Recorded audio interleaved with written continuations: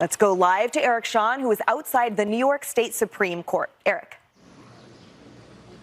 Yeah, that's right. I mean, from the Oval Office to a jail cell. Could that be former President Trump's fate if he continues to violate Judge Juan Merchan's gag orders? The judge is totally conflicted. It's totally conflicted, and you ought to take a look at it. And I'm not supposed to be talking about it, but I am allowed to say that the judge has a conflict that like nobody's ever had before. You ought to take a look at it. He's taken away my constitutional right to speak. The defendant continues to rail against these proceedings and the gag order, even though the former president it potentially could cost him his freedom. Judge Juan Merchan ruled that Trump's, quote, vitriol and dangerous rhetoric has to stop, telling the former president directly, quote, the last thing I want to consider is jail. You are the former president and possibly the next president. The magnitude of that decision is not lost on me. Your continued willful violation of the court's order constitutes a direct attack on the rule of law and will not be allowed to continue. In court, former Trump Organization controller Jeff McConney testified how the company reimbursed Michael Cohen for the money he laid out to pay off Stormy Daniels, but was unaware about any type of deal. Even though an email approved the payment, he said he was told that it was for legal services, and he was not aware that any of Cohen's payments were either doubled to pay for taxes, as prosecutors claim, or what the purpose of that money actually was. Since he was told it was to cover the legal services, he did not know anything about any type of deal or agreement with Stormy Daniels. He also said some of those checks were drawn from the former president's personal checking account, but it's important to note that so far he has not tied in the president at all in any way directly with knowing these payments were part of a deal to cover up Stormy Daniels, just that they were marked, as the defense says, as legal expenses. Back to you.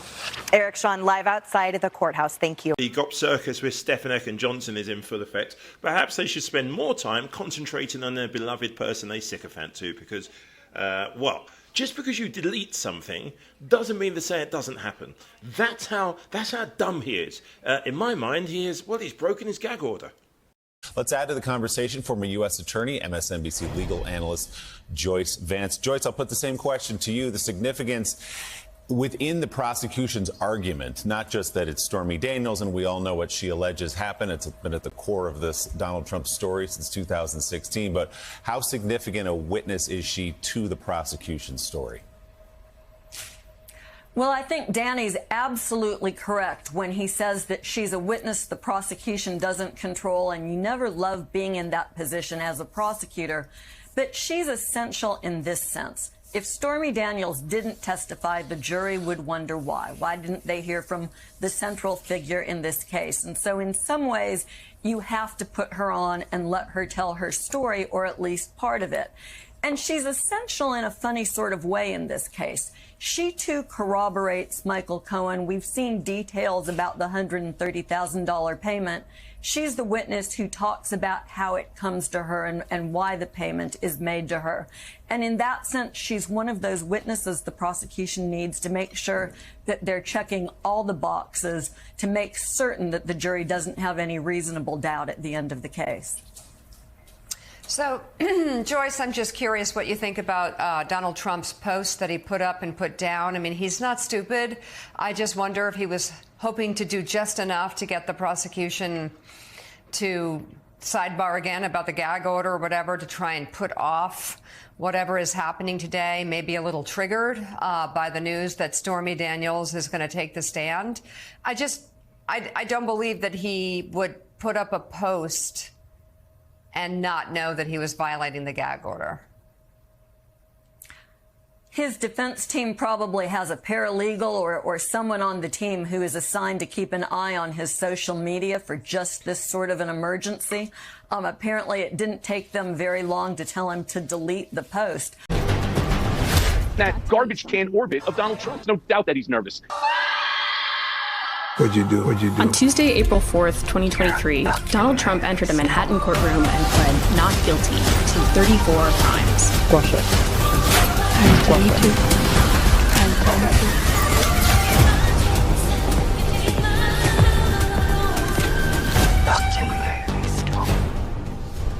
You're a fucking movie star. So tick, tick, tick.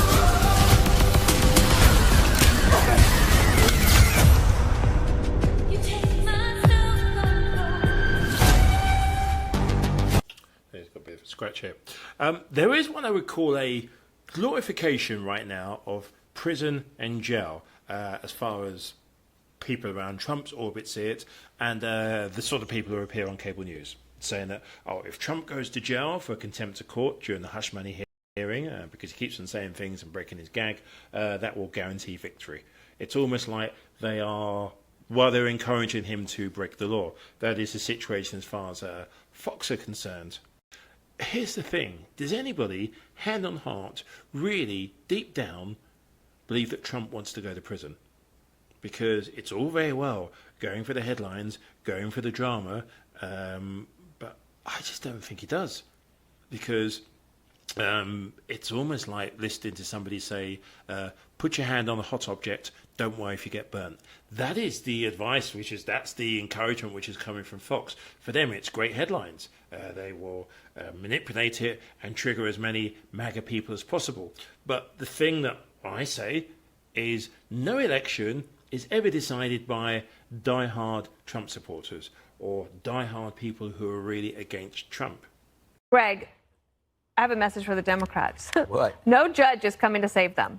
Like, even if that were to happen, it's not going to save them from a tough election in November. No, and every time they try to do something to Trump, it just helps him. It reminds me of that cliched scene in every action movie where the hero is tied to a chair in a gritty warehouse, taunted by an armed and lethal enemy. And what does the hero do after getting pistol whipped? He smiles and he spits blood back in the enemy's face. So in that story that I told, who is the hero and who is the abusing enemy? Even if you don't like Trump, you know who the hero is in this, and it's Trump. And I think the judge just mildly endorsed him by saying possibly the next president. That's right. I think he did. I hope they do arrest Trump. I hope they put him in jail because that does guarantee that he wins. Please, please, please. This is becoming the greatest third act of any political story, perhaps moving. And by the way, there's this unintentional benefit. I think that America is reaping benefits by shunting all of the Trump derangement people into this small patch called the courtroom drama. It keeps them busy. What's going on? So they're not on the street harassing people in red hats or doxing people. They're just, what's going on? So it keeps them busy. This is their little shiny toy. Meanwhile, and I've said it a million times, I won't say it again, it's focusing and sharpening Trump. He comes out of the gate like a bronco, ready to just roar. And it's working. I mean, man, it's like he's up. Yeah. Keep it going. Do correct me if I'm wrong, but it's not the diehard Trump supporters or the real people who actually can't stand him. It's your probably moderates in the swing states that are going to determine the next election. And I just don't think, two things. First of all, I don't believe Trump really wants to go there. It's all bravado until push comes to shove, excuse the cliche. And then second of all, if you're in a moderate state, a swing state, do you really think the person to represent you is a felon? Because you can carry on, which is what they're doing within the Republican Party, saying it's all political, it's all against him. But at some stage, you're just going to have to say, how many more people are there who aren't Democrats, who clearly aren't some radical people, who are just questioning what is going on with the crook in charge, the commander-in-chief?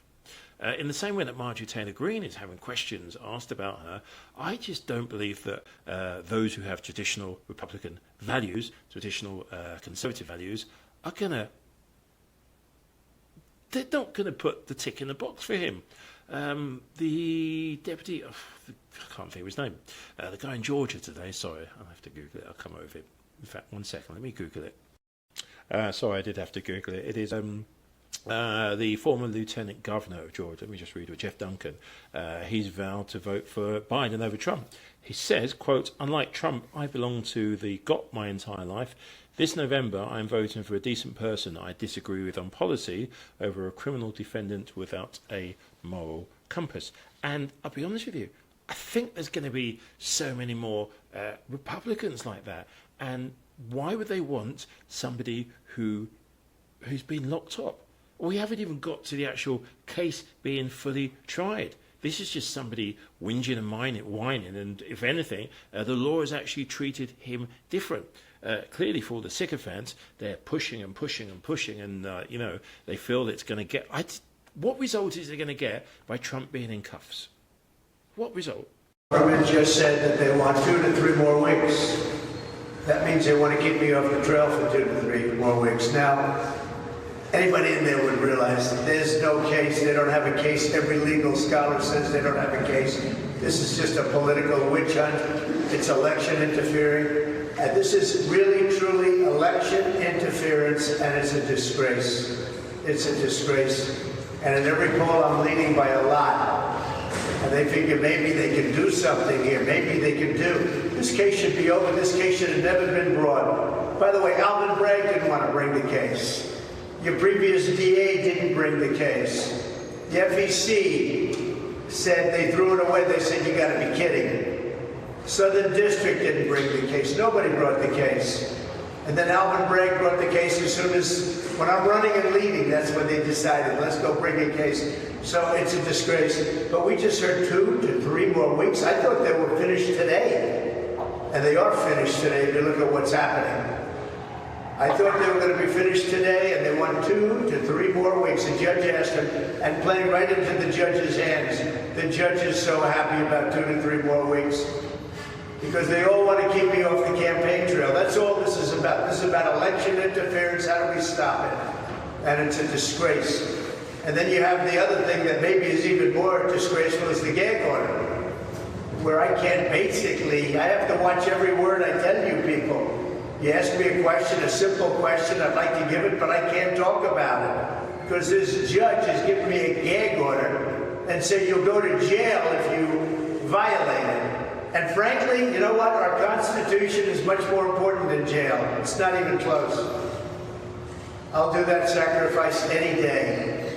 But what's happening here is a disgrace, and the appellate courts ought to get involved. New York looks so bad. The New York system of so-called justice looks so bad between this judge in Gorin and Kaplan. You triple teamed with corrupt judges. It's a disgrace to our nation. So I should be out there campaigning, and they said 2, and the way I look at it, they're really talking about 3 weeks more. And by the way, they didn't even have enough to fill out the time. You know, we got out early today because they didn't have another witness. The government didn't have another witness. So they didn't even have time to fill it out. And then they complained. So I'll tell you what, I hope you report the story accurately. This is a real threat to our country, and it's a serious threat to the Constitution. In the meantime, Columbia University announced today they're not going to have their graduation. They're not going to have a ceremony. And that's happening all over the country. Our country is a mess. And the most important day in the history of our country is going to be November 5th of this year. That's called Election Day. It's going to be the most important day in the history of our country. What's going on with this judge is a disaster. Between the gag orders and the hatred he's got for me, and everybody sees it, okay, and you see it better than anybody. God bless the USA. Is Stormy Daniels a liar? Is Michael Cohen a liar? Could you do it? Actually, I made a mistake. He's just turned 5. But now, my 5-year-old, I have 0 complaints. Just a beautiful boy. But he does do the thing in terms of testing the parameters. It's like all kids, we have children, and so I mean, they need to have boundaries. They need to know right from wrong, etc. I'll give you just a basic example. Sometimes after the school run, he doesn't want to put on his seatbelt. Just doesn't. Well, it's not that he doesn't want to, but it's almost like his way of testing, am I going to let him go in the car without the seatbelt? And it's always a no. Like, he can't sit up front. He wants to sit up front. It's always a no. We have regulations. There's reasons why we have rules and regulations and laws, and we can't throw a tantrum every single time, we feel like it. In Trump's case, blaming somebody for our own faults. And that's what's going on here. He's blaming somebody else. It is. If you don't clean the floor, who is it to blame? You walk on the floor in your house. it's easy to blame somebody else, but when it's your fault, and let me share something else with you, which I'd love to know your thoughts. Legendary Hollywood star, actor, legend, any word you can think of is the right accolade. Dick Van Dyke has had it's interesting. Let me play it to you, and I'll get back to you. I'm Dick Van Dyke. You may remember me. I used to fall down a lot on purpose. I don't speak up a lot, but there's something on my mind that I wanted to talk about. You know, our Supreme Court has delayed any decision about a president's immunity, and at the same time they have stalled everything so that Donald Trump's path back to the White House is pretty clear now. And when that happened, both of the cable network stations printed headlines, corrupt. Our Supreme Court is corrupt. And then nothing, silence. Not another word has been spoken about it by anybody. They dropped the subject as if they'd been squelched. At the same time, for some reason, our college students, out of the blue, became very concerned about what's happening in the Middle East. I'm beginning to feel a little manipulated somehow. Think about it, will you? Thanks. I have this belief, a long-term belief as well, that a lot of the cable news stations love the drama. They love Trump being in court. It's kind of clickbait. In the same way, I suspect Trump loves it as well, loves the attention, because it's like a reality show to him. Just mention the word Trump. Hogan Gidley is somebody who I think used to work, being sarcastic, used to work in the White House press briefing, along with Kayleigh McEnany, Sarah Sanders, Kellyanne Conway, and all the other people who like to fabricate the truth. And it's interesting what he had to say about Hope Hicks, because he was on CNN, and as I said, they used the whole trial for clicks, didn't really get pushed by Jake Tapper to the questions we wanted answering, which is basically, is Hope Hicks telling the truth? Yeah, that's the problem with half of all of this. It's like there is some game being played. Right? At the end of the day, why didn't they put Hogan Gidley, why didn't they connect him to a lie detector? Surely that would make for much better TV than him just rolling up, using the talk time and coming out with any old garbage, which is kind of what happens. You know, why? There's not been one, as far as I could see, in a member of Trump's circle connected to a lie detector. Why is that? I'm not saying it's going to give any concrete evidence, but you do ask yourself, if they believe so much about what they're saying, why doesn't somebody actually challenge Trump himself to be connected to a lie detector? He loves ratings. Be a definite ratings winner, that one. Of any agreement or payment involving her. That's the Wall Street Journal, January 12, 2018. Now, court transcripts show that Hope Hicks was asked if she's the one that gave the statement. She said, quote, "No, I'm not." The prosecutor says, "Who was the White House official quoted in the story?" Hope Hicks said, "I can't say for sure. I can't say for sure, but I think that it was Hogan Gidley. He was the deputy press secretary," unquote. Was it you? I don't know if you have any memory of that. And what did you make of this moment, your name coming up in the trial?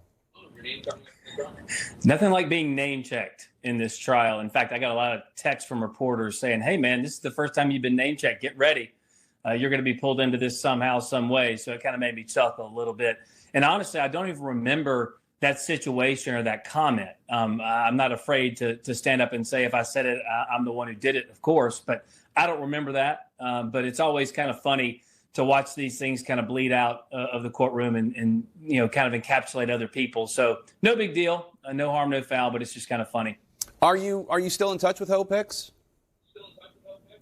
Oh, yeah, we talk and text pretty regularly. I kind of was reading through some of the transcripts that she you know, with what she said in the courtroom, just vintage Hope, saying that Cohen liked to refer to himself as the fixer, but he was the one who usually broke it.